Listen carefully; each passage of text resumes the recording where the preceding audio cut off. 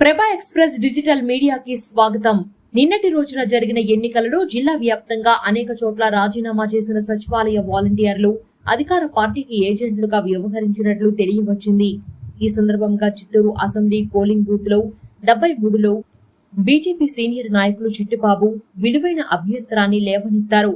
ప్రభుత్వ ఉద్యోగులకు ఉద్యోగంలో చేరేటప్పుడు నియామక పత్రం అందజేస్తారు.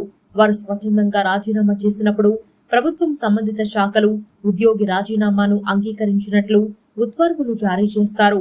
రాజీనామా చేసిన సచివాలయ వాలంటీర్ల విషయంలో రాజీనామా చేసిన వాలంటీర్ల వివరాలు ఆన్లైన్లో ప్రకటించారు. కానీ వారి రాజీనామాలు ఆమోదించబడి వారిని విధుల నుండి తప్పించినట్లు ఎవరికి ఉత్తర్వులు అందజేయలేదు. అంటే వాలంటీర్ల రాజీనామాలు పెండింగ్ లో ఉన్నట్లే. వారు అప్రత్యక్షంగా విధుల్లో కొనసాగుతున్నట్లు భావించాలి. అలాంటప్పుడు రాజీనామా చేసిన వాలంటీర్లు అధికార పార్టీ తరఫున ఏజెంట్లుగా వ్యవహరించడం తప్పు. దీనిపై రాష్ట్ర ఎన్నికల కమిషన్ స్పందించాలని ప్రజలు, రాజకీయ పార్టీలు డిమాండ్ చేస్తున్నారు. వారికి రాజీనామా అప్రూవల్ లెటర్ వచ్చి ఉండాలి. మేము ప్రిసైడింగ్ ఆఫీసర్ని అడిగాము, ఇది ఏమని, అప్రూవ్డ్ రిసిగ్నేషన్ లెటర్ గవర్నమెంట్ నుంచి వచ్చిందా లేదా అని.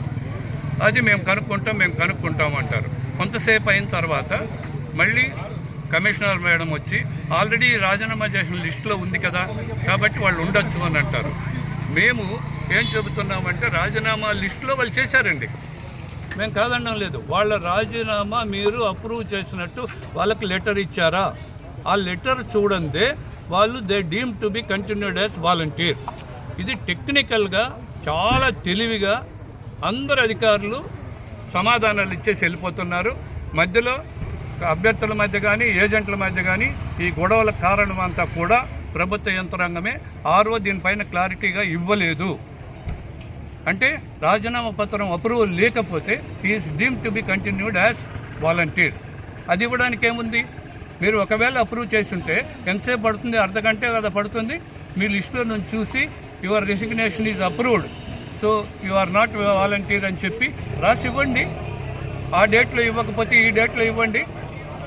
మీరు అది చేయకుండా ఉదయం 7:30 నుంచి 12:30 దాకా అనవసరమైనటువంటి రాద్ధాంతం క్రియేట్ చేసింది ప్రభుత్వ యంత్రాంగమే. దీనికి ఖచ్చితంగా మున్సిపల్ కమిషనర్, జాయింట్ కలెక్టర్ బాధ్యత వహించాల్సింది.